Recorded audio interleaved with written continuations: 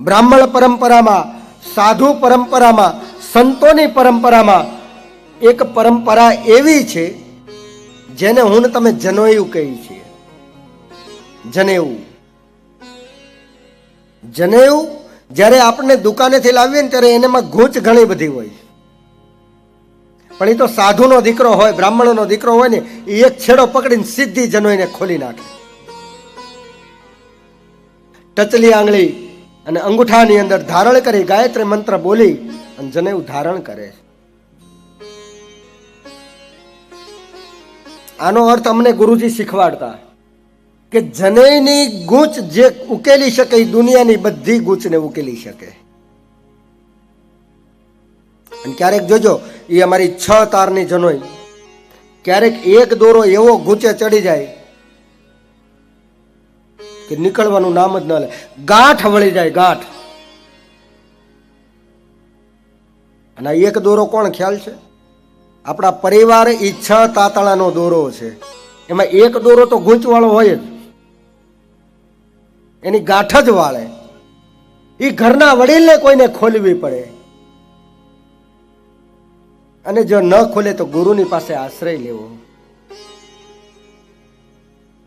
એને ગુરુનો મહિમા અહીંયા બતાવ્યો છે. ગુરુનો મહિમા વિશાળ છે, અને એટલા જ માટે આપણે કહેવામાં આવે છે ને, કેવા સુંદર મજાના શ્લોકો છે.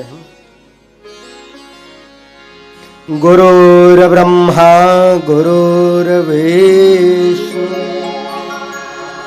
ગુરુર્દેવ મહેશ્વરા ગુરુર સાક્ષાત પરમ બ્રહ્મા તસ્મૈ શ્રી ગુરુવે નમઃ. તસ્મૈ શ્રી ગુરુવે નમઃ. જીવનમાં એક ગુરુ એવો રાખજો કે ભગવાન ન કરે તમારા જીવનમાં કોઈ તકલીફ આવે ને તો એ ગુરુ તમને માર્ગદર્શક બને. ગુરુ તમારો નાવડીને પાર કરાવી દે. અને ગુરુની વ્યાખ્યા કદાચ જેટલી કરીએ ને એટલી ઓછી પડે. रामचरितमानस में सुंदर चौपाई, और प्रथम चौपाई रामचरितमानस की गुरु की व्याख्या है, गुरु की वर्णना है. हमें केवल गुरु के पास ही जाना चाहिए. महाराज दशरथ के यहां जब कोई पुत्र नहीं था और पुत्र की इच्छा प्रकट हुई तो तुरंत विचार आया, गुरु ग्रह गए सकल रघुराया. गुरु के यहां गए हैं.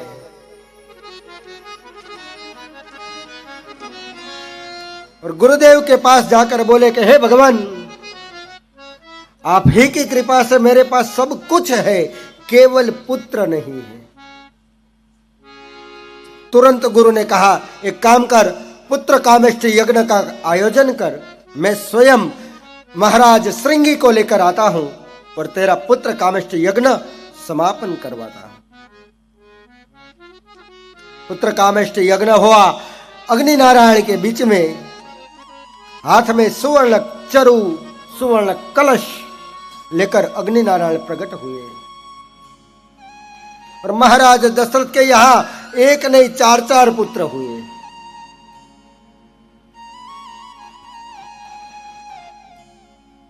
तो भगवान न करे हमारे जीवन में कोई समस्या आए तो हमें गुरु के पास ही जाना चाहिए.